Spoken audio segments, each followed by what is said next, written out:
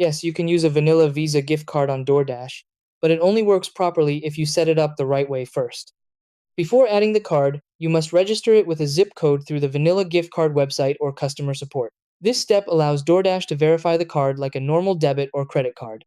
After registering, open the DoorDash app or website, go to Payment Methods, and add the card using the 16-digit number, expiration date, and CVV. Make sure the billing zip code you enter in DoorDash exactly matches the one you registered with the gift card, otherwise, payments may get declined due to security checks. To avoid transaction failures, always make sure the card balance covers the entire order total, including delivery fees, taxes, and tips. DoorDash usually doesn't allow split payments with prepaid cards, so the gift card must have enough funds on its own. A smart approach is keeping about a 20% extra balance buffer to prevent authorization issues. If your payment gets declined, first confirm the zip code matches, then recheck the card balance and billing details inside DoorDash.